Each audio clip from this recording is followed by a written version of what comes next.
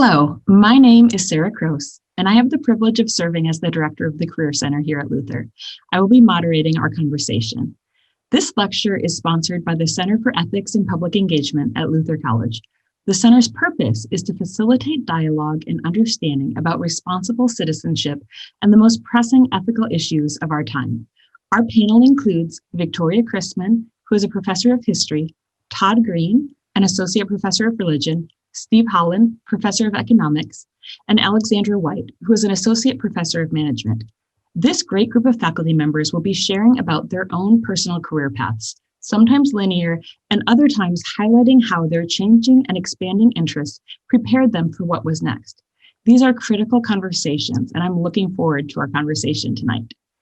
For those of you who are tuning in and feeling stressed about the future, hopefully listening to these conversations will normalize the career shifts that often take place throughout the process. As you learn more about and further develop your skills, interests, values, personality, and your strengths, these will help you navigate your next steps. For those of you who are excited about jumping into a career, let us celebrate with you. And for those who are listening and just now starting to identify how you're feeling about the future, hopefully this will be a launching point for your own period of discovery. If you're tuning into this event live, and as questions come to mind for you, please submit them using the Q&A feature on Zoom. We'll do our best to get to as many of your questions as we can. Without further ado, let me turn things over to Victoria. Victoria? Thanks, Sarah. And thanks everyone for joining us this evening. I'm going to preface my comments by saying that I received an Ylva faculty development grant, which was really the impetus for the event this evening. It enabled me to do some field hopping by enrolling in some virtual classes in refugee and migration studies at the University of London, which, as you'll hear, is a departure from my formal training. So I'm grateful to the Ylva family for their support of faculty development and to Luther College for allowing me to experiment in my own teaching.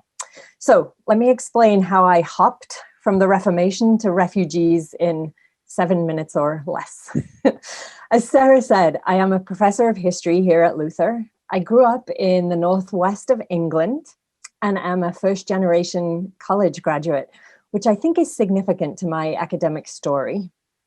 I graduated with a bachelor's degree from Harvard with a double major in modern European history and the comparative study of religion.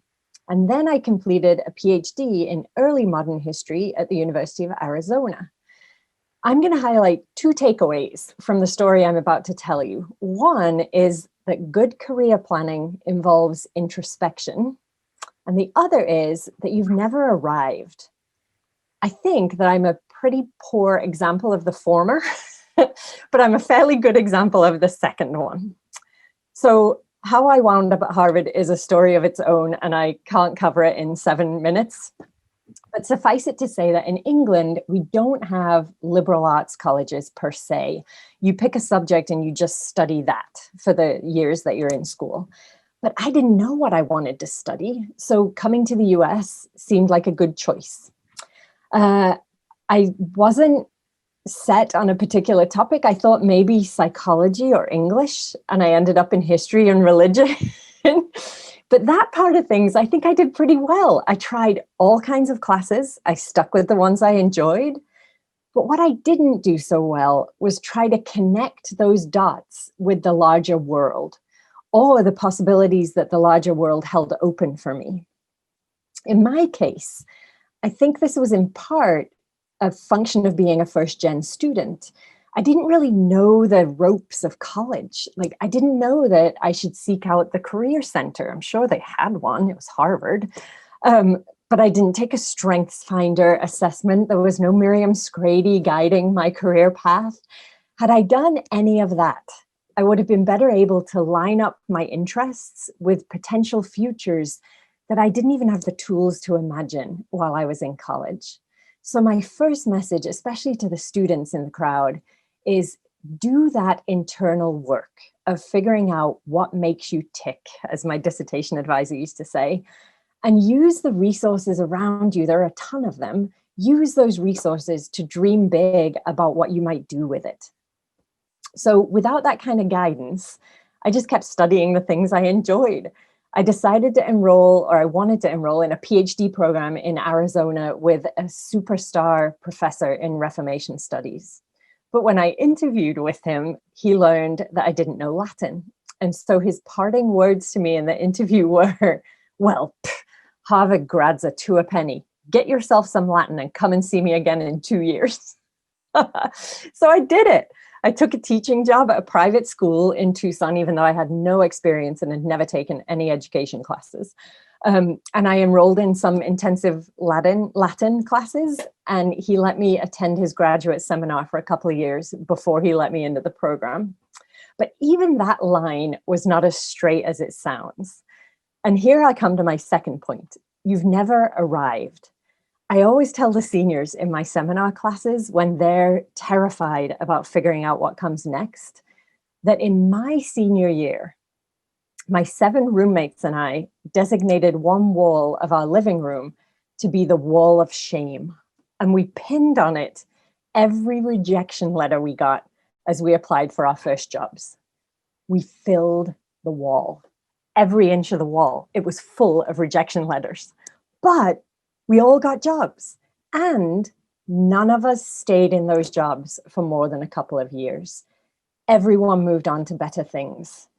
Some of them moved on to really better things. Now, 2 of them are CEOs. One is a CMO. One has Oprah Winfrey on the board of her company. One works for Bill Gates and meets with him every week. One is an Episcopal priest, and one is an artist. They're an impressive bunch. But the point is, they kept moving. They never arrived.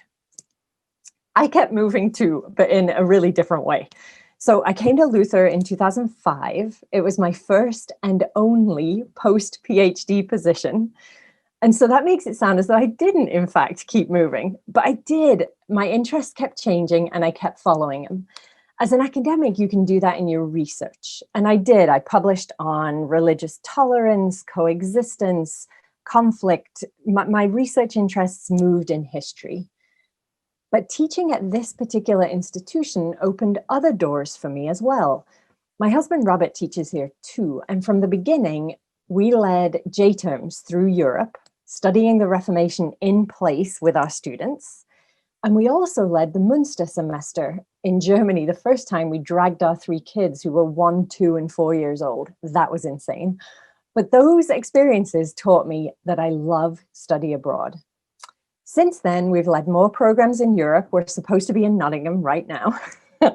And we've led more J-terms and a J-term in Roatan, Honduras. As my father would say, I've always had itchy feet. In 2011, the college started a major in international studies, and I had the opportunity to direct that program for a long time, and I loved it. Love those students. They also have itchy feet, and I get to help them plant those feet all over the globe and guide their research on topics that I sometimes didn't even know existed. In 2016, I was given the chance to direct the Center for Ethics and Public Engagement, which is hosting us tonight. And that provided me with another venue in which to explore issues of interest to me and the rest of our community. We've hosted visitors from all over the world, and it's been a hugely enriching experience. All of this has shaped my current work. Leading the Münster semester in Germany during the 2016 refugee crisis, guiding IS research, hosting speakers, attending conferences like the Peace Prize Forum in Minneapolis, all of that sharpened my interest in contemporary global issues. And that coalesced in the classes that I'm currently taking in migration studies, which I'm enjoying immensely, even though they're really hard. But that's part of it too. It's energizing to be challenged. It keeps you sharp. And I think you need that if you're going to have a career that you love. So that brings me back to my 2 takeaways. Don't ever arrive. Even if you stay put like me, find ways to keep it fresh. And never stop asking yourself what it is that makes you tick, because that might change over the course of your life as well. And I think that's something to embrace. So it's as close to 7 minutes as I could get. Now I'll hand it over to Todd Green. Thank you, Victoria. For my part, when I was a child, growing up, I thought I wanted to be an archaeologist. I grew up on Indiana Jones and Harrison Ford and Raiders of the Lost Ark and fighting Nazis and all that sort of stuff. I even took a couple archaeology classes when I was in college. So some of that interest, stimulated by Hollywood, remained. But no, I didn't become an archaeologist. When I went to college, I actually became an English major. It was my best subject in high school. A lot of high school students, in my experience, even as a professor, come into college wanting to do what they felt that they were good at, or had interest in, back in high school, what they knew, right? And so that was me as well. In terms of what I thought I wanted to do with an English major, I thought, well, maybe an English teacher, or professor. But I also was thinking back then, maybe I thought about law school. I even thought about applying for the FBI at one point. None of which I did, but that was kind of what I was thinking. I'm a religious studies professor today, but I only took one course in the academic study of religion in college. I was not a religion major, was not a religion minor. It was a very marginal part of, in terms of the academic study of religion, very marginal part of my undergraduate degree, though I certainly took English courses and history courses that had a lot of religion, or the topic of religion involved. When I graduated, I immigrated to Sweden, in part because I started dating a Swedish exchange student in my senior year of college. Her name is Tabita. And I followed her back to Sweden, and that's where we got engaged and eventually got married. My first full-time job after college, therefore, was in Sweden, and it was working the night shift at a factory. I remember having to swallow a big humility pill in taking that job because I had an English degree, a bachelor's degree. I graduated with very good grades and good GPA, and I took basically a blue-collar job because it's all I could find. I didn't know the language in Sweden well enough to be able to have access to other kinds of jobs. And this was the period in the 90s where the economy wasn't all that great in Sweden anyway. So it was, I remember being disappointed at the time, feeling like, well, am I failing or something like that, because I couldn't get what I thought was a better job. In retrospect, it was a wonderful experience. I met people I never would have interacted with before and got to know them in very significant ways and important relationships. I learned Swedish in a way I never would have before, including some very colorful Swedish words that Tabita never taught me. And I would never go back and undo that experience, without a doubt. While living in Sweden, I developed a growing interest in wrestling with larger theological and religious questions I've had off and on for some years. But it was actually my relationship with Tabita that stimulated a lot of that. And when I look back on my career trajectory, I'm reminded that the relationships that we have, whether they're with significant others or friends or peers or whoever that we meet, can shape our career path as well. And because she became an important conversation partner for me on those questions in a way I never really had such a conversation partner growing up, it really enabled me to think a little bit more broadly about what I could potentially do in my future. And what I ended up doing is I applied to seminary. We got married in May of '95 in Sweden, and after that we moved back to the United States. And I went to a Presbyterian seminary in Atlanta, studied for 3 years, then moved to Waco, Texas, of all places, and was a Presbyterian minister there for 4 years. I had a great experience in many ways, but I learned something about myself as a minister for 4 years, which was I'm not really a minister at heart. It took me a few years to realize that wasn't me. I had great respect for the profession and for people who do the profession, but I lived it for a while, and I recognized this was not who I was in my heart. I was a scholar. I was an academic. I was not a hardcore practitioner of religion in any sort of way that a lot of people expect ministers to be, but I loved the study of religion. And what I ended up doing was deciding after 4 years to go back and work on my PhD. And that's what I did. I spent 5 years at Vanderbilt University completing my PhD in religious studies, the history of religion in particular. And that followed out with some adjunct teaching. And then I got a visiting professor position at a place called Luther College. And this was in the fall of 2008. I had never heard of Luther College. I had never heard of Decorah, Iowa. On my interview here in the spring of 2008, I came to campus still pronouncing it Decorah. That's how little I knew about this place. This was not in some sort of grand scheme of my career in terms of one day I'm going to go live in small town Iowa and work at a small liberal arts college. It's just where life took me, where the teaching position was at the time. But it's a move that I'm grateful we made. My family and I have really thrived here in Decorah. My career since coming to Luther has shifted somewhat as Victoria's. My initial research interest was in secularization, which is a way of talking about the decline of religion and its influence in Europe and comparing that with the United States. But not long after I landed here, I shifted to the studying and the research about Islamophobia, which was not a topic that was really accessible in terms of specialization back when I was in grad school. It was only starting to become one when I got here. But as soon as I got here, I made that shift very quickly. And Luther, the way it sort of approaches teaching, it gave me a lot of freedom to sort of explore this area and in terms of teaching interests as well. My work on Islamophobia inadvertently led me to start engaging the larger public and the media on the topic of Islamophobia. I didn't arrive at Luther thinking I would ever do one single media interview in my life here. And yet I have found that I've done quite a few of them on this topic. I basically became a public scholar and someone who engaged in public discourse on the topic of Islamophobia. This transition was due in many ways to a lot of unforeseen circumstances. The short version of the story is that in 2008 and 9, I was doing research in Europe on conflicts on the building of mosques and minarets there. Just because I found it interesting, and the identity questions that it generated was quite interesting. It just so happened that I was doing that research on the eve of a major controversy that would erupt here in the United States, in New York City, in Lower Manhattan, when a proposed Islamic center blocks away from the World Trade Center encountered significant opposition and was politicized to a great degree. It just consumed the country for about 4 months in 2010. And it just so happened I was doing research on this same kind of conflicts over in Europe. So it gave me a kind of an entree point to weigh in on op-ed pieces and to do media interviews in terms of what could we learn and what was going on in New York City by what was going on in Europe. So to make a long story short, all of this basically opened the door to me doing these media interviews, then writing books on Islamophobia. Eventually, I started to engage with various government audiences on Islamophobia. I advised on the topic at the U.S. State Department. When I was on sabbatical a few years ago, I've spoken to the Department of Homeland Security and to the FBI on the topic.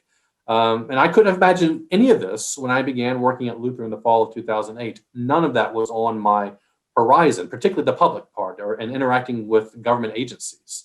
My career at Luther has neither been linear nor predictable. It too has involved a rethinking and a retooling and a recalibrating of my professional identity and my orientation.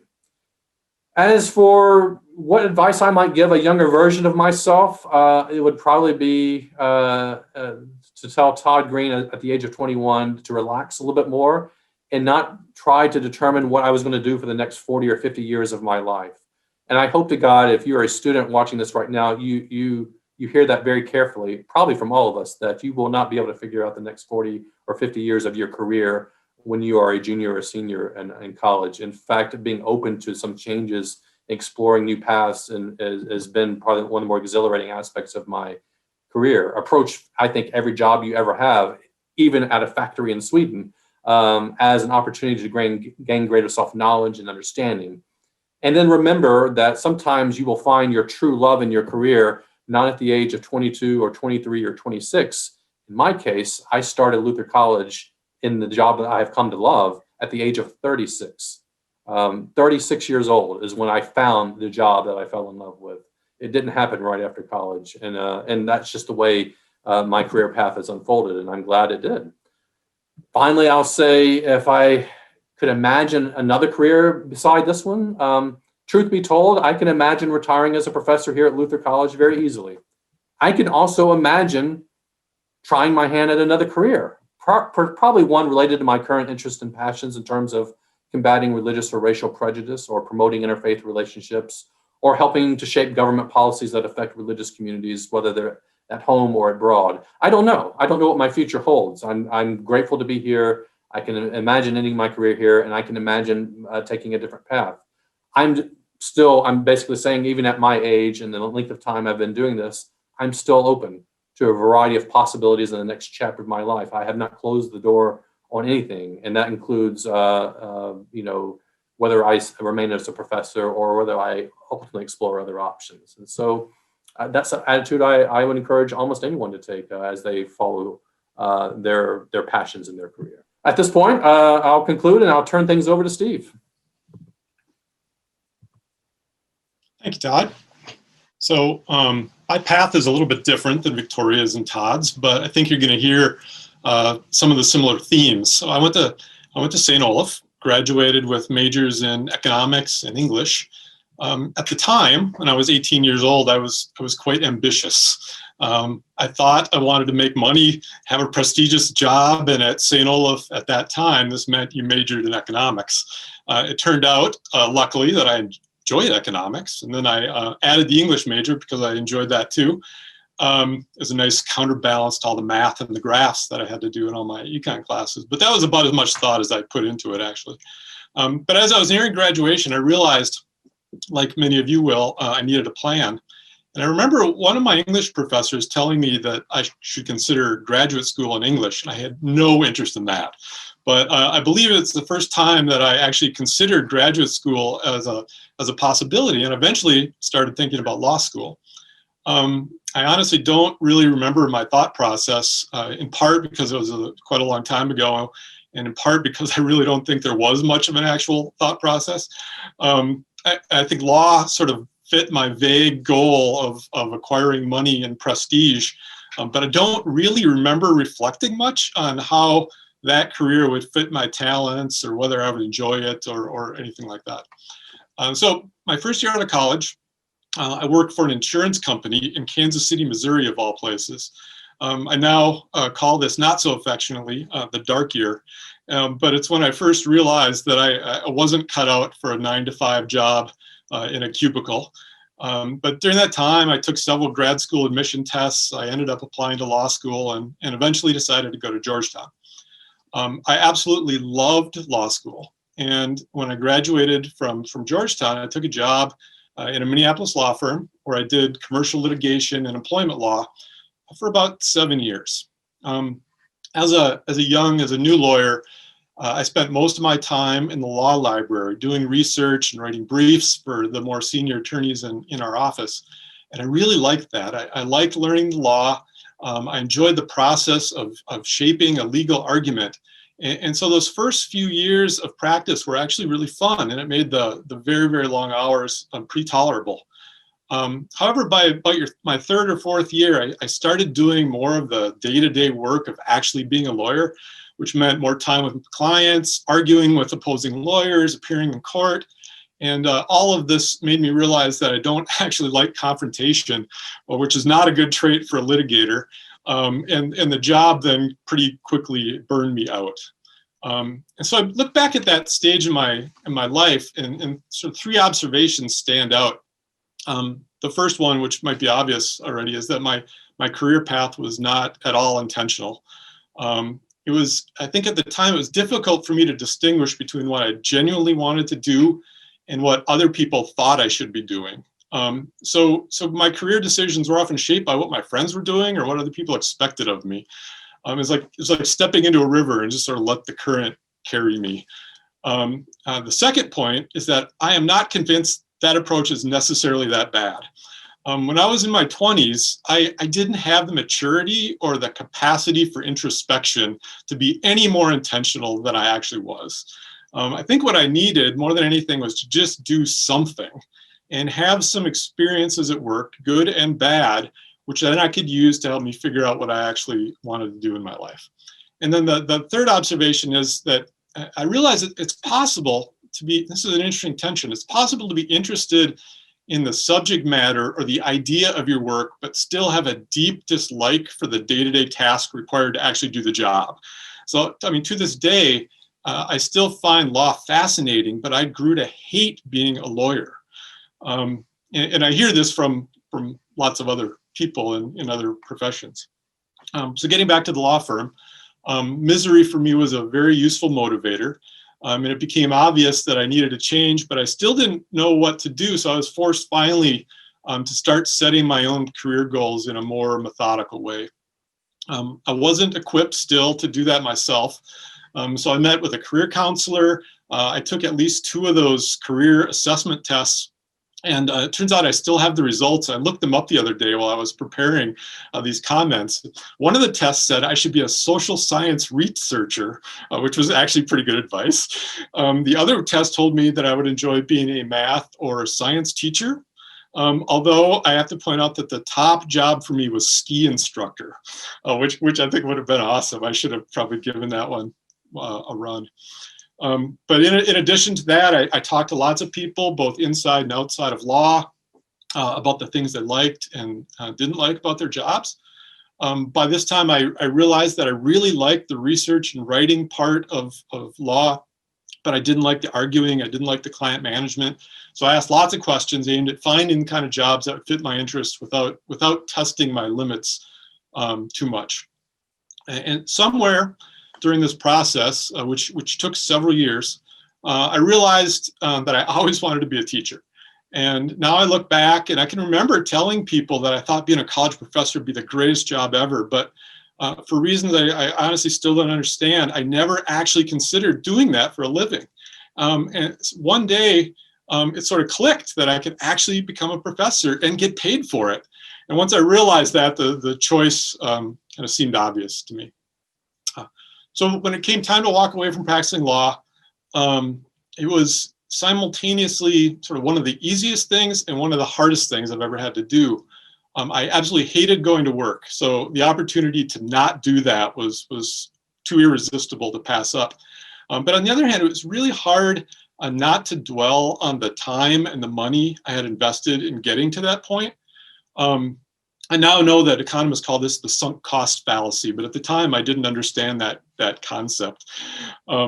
But ultimately, my career shift really required a rethinking of my values and my priorities, which is really, really hard work. When I started to figure things out then, I realized that what I thought was important didn't always align with what everybody else valued. There were not a lot of people who understood why I would give up a legal career and go back to school. And I felt really lonely at the time. Luckily, I had a really great girlfriend who supported me, and this was sort of essential to me getting started and going through grad school. And in case you're wondering, yes, we did eventually get married. So I went on, got a PhD at the University of Minnesota. I worked for a few years at McAllister, came to Luther in 2005, the same year Victoria did. And I have had very, very few regrets since that time. It turns out, too, just a couple concluding thoughts, I never really left the law completely behind. I discovered that preparing to teach a class is very much like preparing to go to court. So many of the skills that I learned as a lawyer have made me a better teacher, I think. I'm now teaching 2 law-related courses. I'm working with a few other faculty members on a potential new major that have a strong emphasis on law. And so that the skills and the experience you pick up in these unrelated jobs are never, ever wasted. And then finally, and this, Todd said something very similar to this, I feel very lucky to have ended up here. But I ask myself fairly regularly whether I still enjoy the work and whether it's consistent with the life I want to live. I think it's important, if you're privileged enough to do so, to regularly make a conscious decision to either stay in your work or not. And so far, every time I've reevaluated, I've chosen to stay. But I, like Todd, I'm open to the possibility that someday I might not. And if that ever happens, I think that would be okay.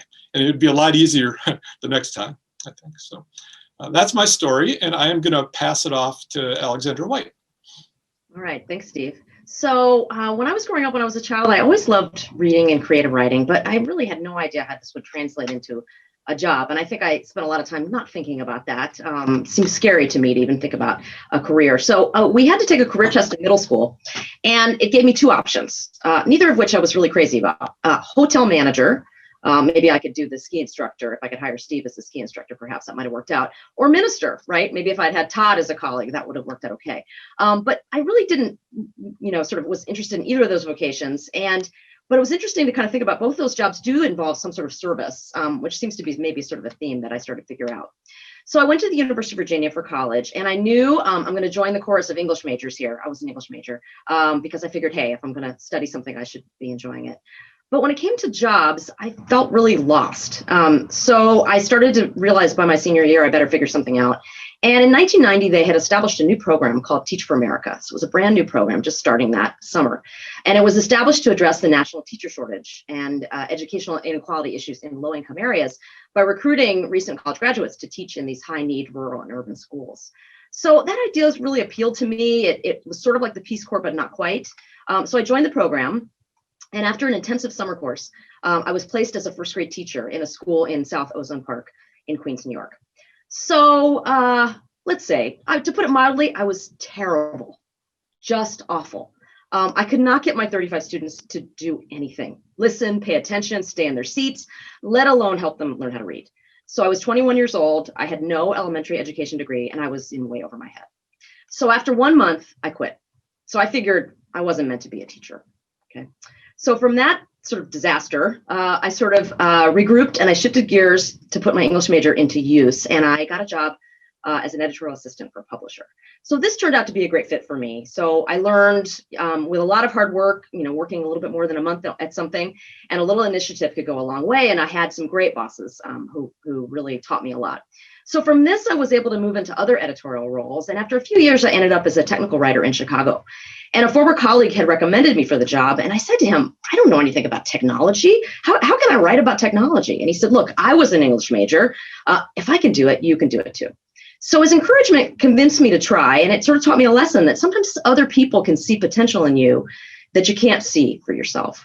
So this tech writer job was kind of foundational for me because not only in building my confidence and skills, but really in the relationships that I formed with this group of colleagues who really became my professional network and really close friends.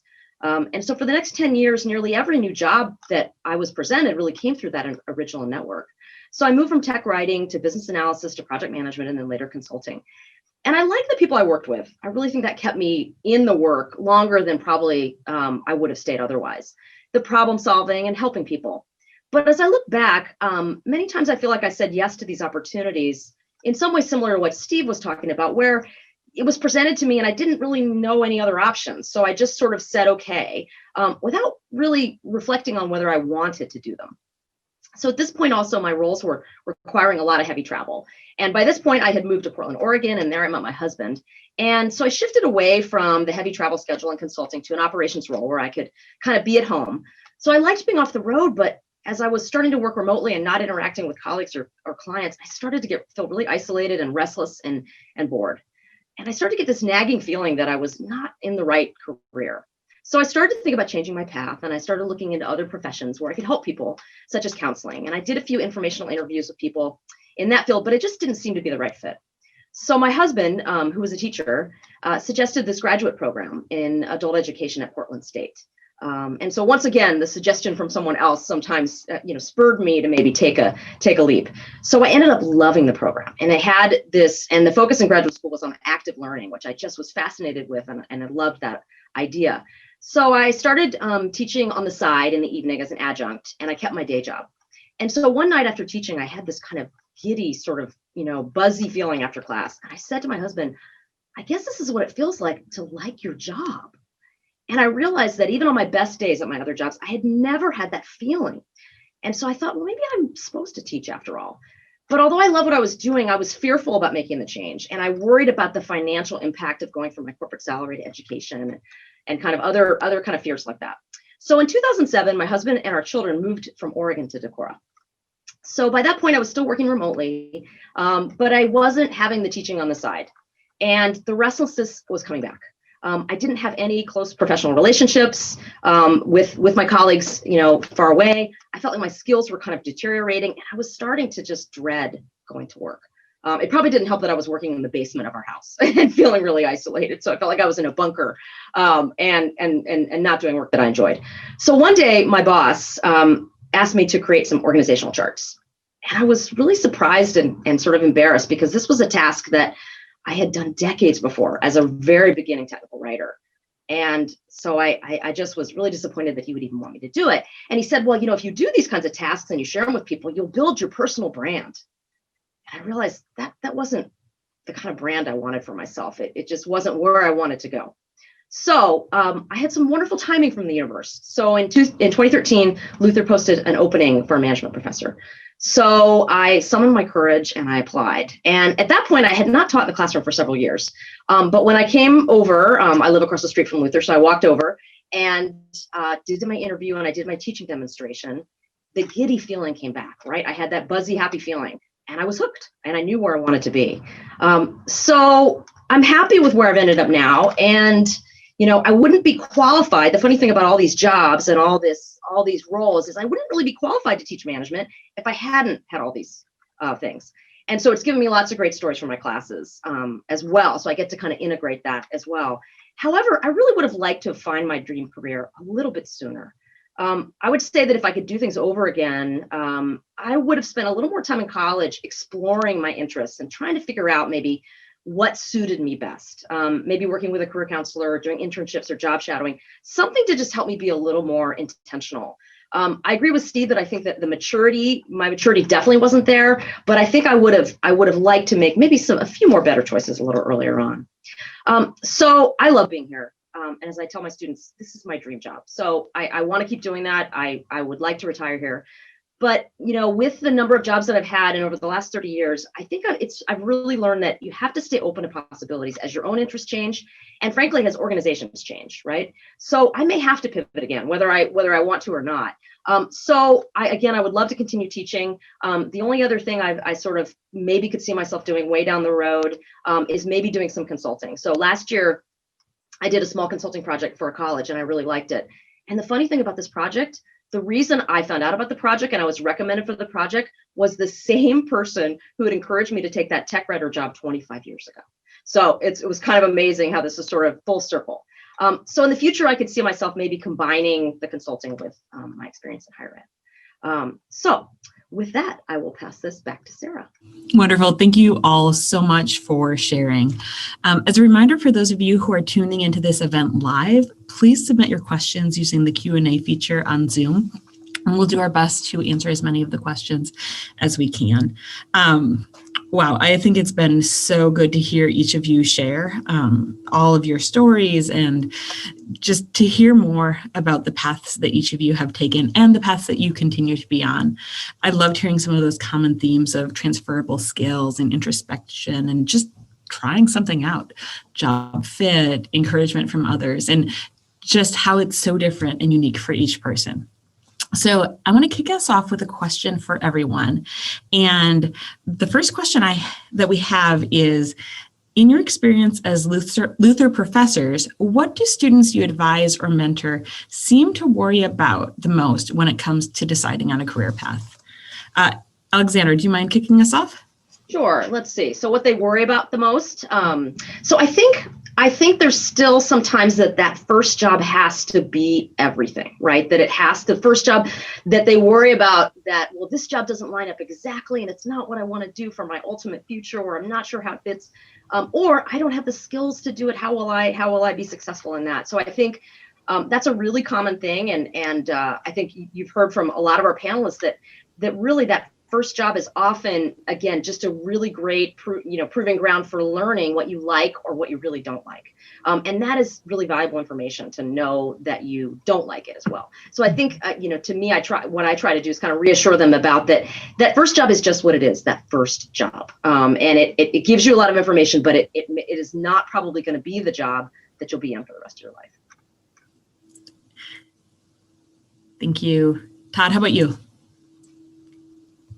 Yeah, similarly, I mean, my experience in mentoring students and having conversations about careers is, and I probably had a lot of similar tendencies when I was an undergraduate as well, which is to have this trying to think in 40 or 50 year blocks, right? As like I've got to figure the rest of my life out, and my experience of interacting with others, not just colleagues here on this panel and on campus, but just most people I know my age, I know of no one. I can think of no one who left college and is doing exactly the thing that they started off doing in terms of that first job. There might be a few exceptions where I really worked hard at it, but most people had to kind of get out and live life outside of college, outside of what we call the Luther bubble.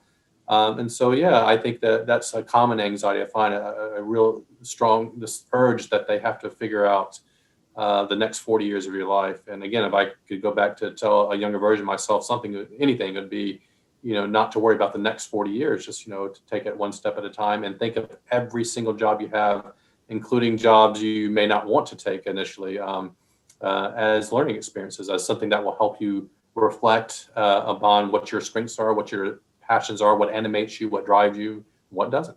Mm-hmm. Thank you. How about Stephen? Yeah, I guess I don't have a whole lot more to add. My advisees probably get sick of me saying, but I do think you probably learn a lot more from a bad job than you do from a good job. And so like what Todd and Alexandra said, I think that, the greatest fear I see among my students is this need to get it right and the fear that they won't. But there are a lot of benefits to not getting it right, I think. I think this is a really positive reframe. Victoria, do you have anything else you want to add?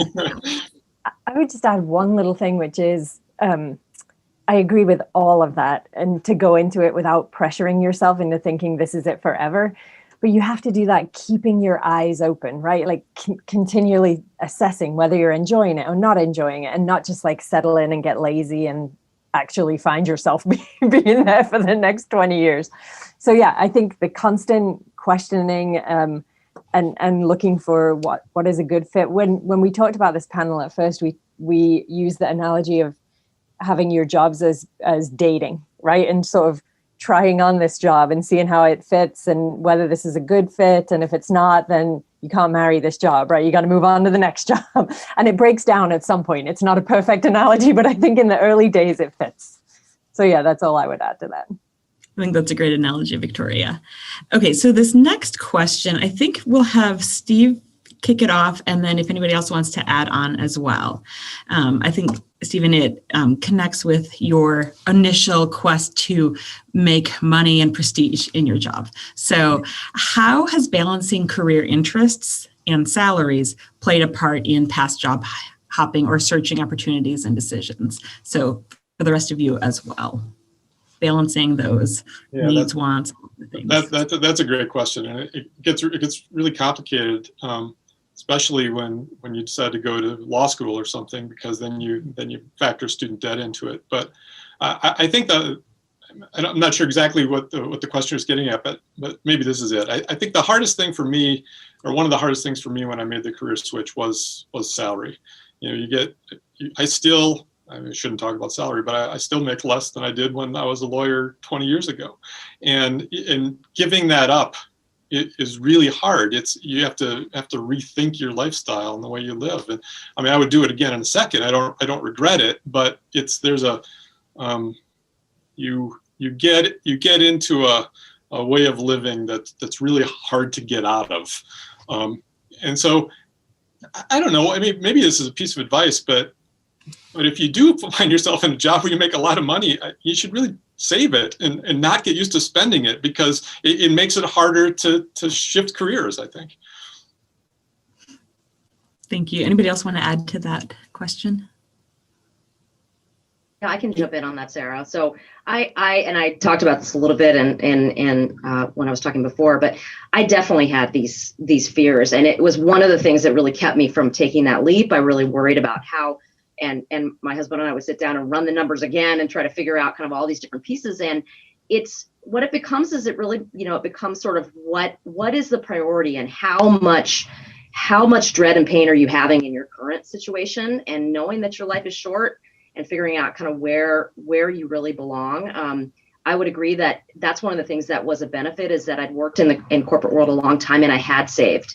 And so it was less of a scary leap, for me and my family to do. It also helped that we moved from a large city to Cora. And so we were kind of able to take advantage of those things. So that's also, I would say, by changing your environment and changing kind of sort of maybe the lifestyle that you might have been used to, that also can naturally help support that when you're making maybe a change in that area. Mm-hmm. Okay, so we have a question, especially for seniors. And Todd, I think I'm going to have you kick off answering this one first. So for seniors, how do you know when to walk away when something makes you unhappy? And I think that connects a little bit to the story where you were like, well, you can like the subject matter, but it doesn't mean you actually like the job that's connected with it. Right. The unhappy word just kind of comes to mind too in this question. So thanks for the question. I think of this at two levels in terms of just overall, just what is it that animates you? What is it that brings you alive and makes you get out of bed every morning kind of excited? And there are a lot of jobs that may not do that, but you may not be absolutely miserable either. But I think the goal I had, and I think probably many of us have, is that we find that thing to do one of these days that makes us sort of jump out of bed and, we're really eager. We have a sense of meaning and purpose in our lives. And that's what I was always looking for. And I finally found it as a professor. And as a minister, I was okay with it. I could have kept doing it. Ironically, I probably could be making more money as a Presbyterian minister had I stayed in that career today than I am as a liberal arts college professor. In fact, I know I would be, even though people don't think of that profession as being very lucrative. That might say as much about being a liberal arts college professor than anything else. But that's certainly at a certain point was just not fulfilling enough for me, right? What didn't get me out of bed didn't animate me. It didn't excite me in the same way. I felt like I was kind of going through the motions. And so I wasn't sad or depressed, but I wasn't fully happy either. And so I think kind of knowing that, and that's a question we all have to answer on our own eventually, but what animates me, what excites me. Mm-hmm. And you learn that. And I've learned also kind of connected to the first question about money. And, I would say in my family life together, my wife and I, both of our careers, we were probably at our most unhappiest when we were making the most amount of money. It was only when we gave up the American dream that we actually found a lot of happiness. And the part of that has to do with lifestyle and other things too. So it's both the job you do and it's both the kind of quality of life and the work-life balance that you have as well. Somebody else? I agree with Todd. I think he made a really good point. And to the person who asked the question, I wouldn't wait until I'm unhappy before I leave my job. I mean, I think if you're not animated, if you don't look forward to getting out of bed in the morning, and this goes on for a certain amount of time, then it's time to start looking around. I mean, the lack of unhappiness should not be your goal. You can do better than that, I think. And maybe a little career coaching piece thrown in there as well. If you're doing that, you could start working on some of those initial interviews, questions along the process while you are still, getting a paycheck to pay the rent and things like that. And then be ready and well positioned to pivot to the next thing as well. The next question is for Victoria and is wondering, doesn't the constant questioning get stressful? So kind of that constant wonderment questioning. So do you mind sharing with us about that? Oh, that's a good question. I don't think it is constant questioning. I don't think every day you're doing a full-on assessment of how you're feeling and what your job is. I think, first of all, if your job is not fulfilling you in the way that Todd was just talking about, that. You don't have to do a whole lot of questioning to feel that way. But I also think there are moments in your career that are moments of truth, right? Where a new thing comes your way. Would you like to direct international studies? Would you like to direct the Center for Ethics? And those are moments when you take stock of where you're at and you make a decision about whether this is something you want to do or not. And they can be big pivots or they can be little pivots. But I think that the real questioning gets focused on moments like that, or they might be moments in your life that are not in your career, right? A parent gets sick and they might need you to move to be with them, and that has career implications or things like that. It could be outside of your job too. But I think it's more moments of questioning rather than a constant stressful question. I didn't mean to make it sound like that. I think it's probably a moment once in a while. So this next question is a pretty common question for individuals who are trying to balance personal expectations with family and cultural expectations as well. So the question is, how did you manage parental or family or cultural expectations that you keep to a career path? And then I would say balancing that with your own interests. I'm curious who would like to address that question first. I could take a stab at that just Victoria, because we have 3 children and we have dragged those children all over the world, right? Which we see as the greatest opportunity that we could give to our children. But our children at various points in their life have not always seen as the greatest opportunity that they've been given, right? So we took them to Germany several times, and we just threw them into school and literally said on the way out, by the way, they speak funny, but you'll figure it out, right? And then like left them in a German school system. And there are people in our family who have expressed the thought that maybe that was unwise. And there are people in our circles who don't necessarily think our career choices have been smart, because it's not prestigious and we're not making loads of money and, blah, blah, blah. But at the end of the day, it's you and it's your family and it's your marriage and it's your world. And you do what you think is best. And I still think that the choices we've made on those levels are the best choices for our family, not always for our work-life balance, but we're getting better at that. So I just think, and I think this gets easier with age too, that you have the courage of your convictions and you do what you think is the best thing for you and your tribe. And then on some level, they just have to deal with it. I want to echo that. I particularly as I transitioned to studying and doing a lot of public scholarship and activism on Islamophobia, it actually set me in tension with some of my family of origin. Not my parents. Well, my father a little bit. My mother had passed away, but other people from my family background, friends from growing up, mostly but for political reasons. The perception that I was engaged in this sort of ultra liberal activism kind of cause, right? And in Islamophobia, to speak out against Islamophobia for a long time, really wasn't a popular thing. In fact, both political parties were pretty adept at promoting Islamophobia. So I found myself sticking out quite a bit over the years, particularly the past decade.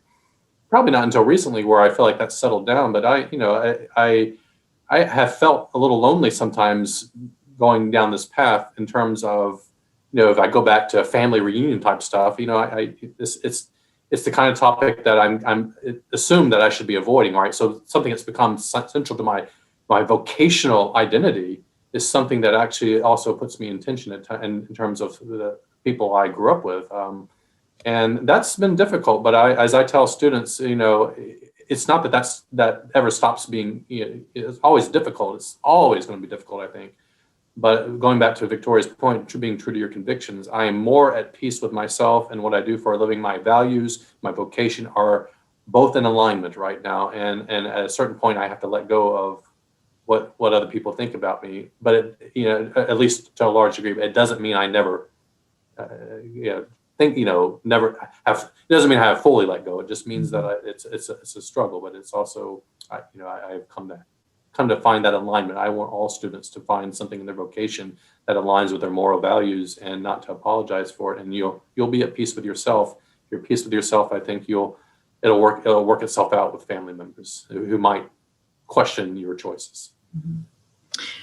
We're going to combine two questions now. So one is, from high school, I remember clearly some teachers or coaches saying that quitting reflects who you are as a person. When you think about leaving previous positions, did you ever worry about what quitting or leaving said about you as a person?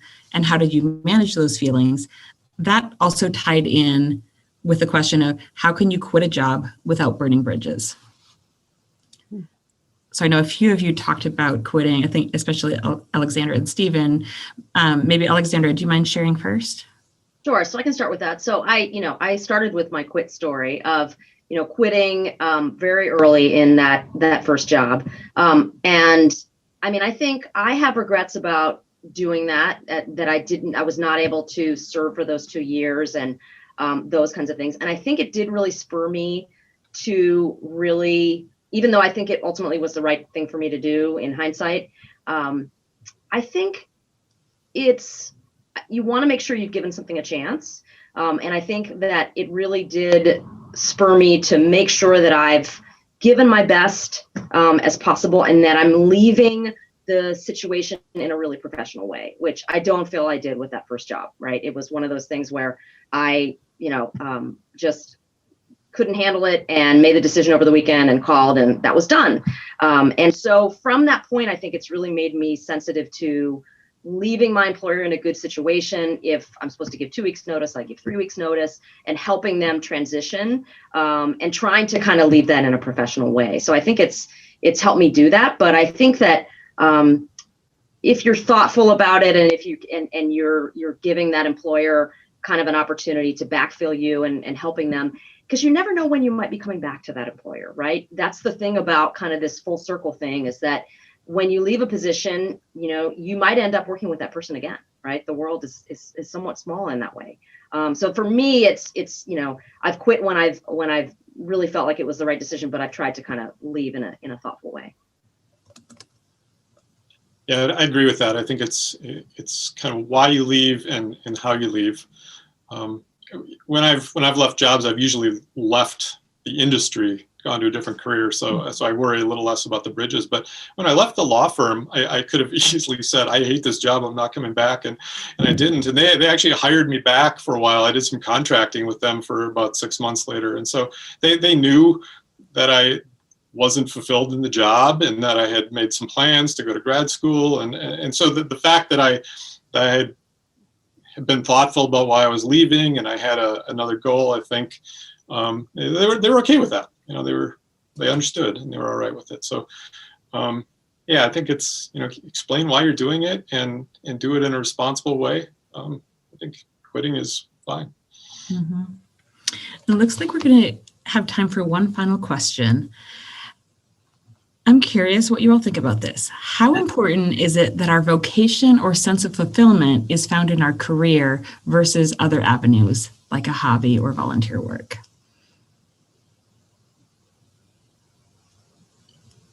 I'll get it started.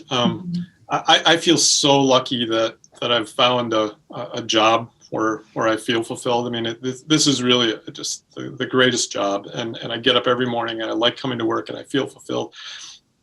You spend so much time at work that I can't imagine sort of going to work and then coming home to do the things that fill me up. Maybe it's possible to do that, but I'm doubtful, actually, and I think you got to find that job that gives you what you need. Who else wants to address that?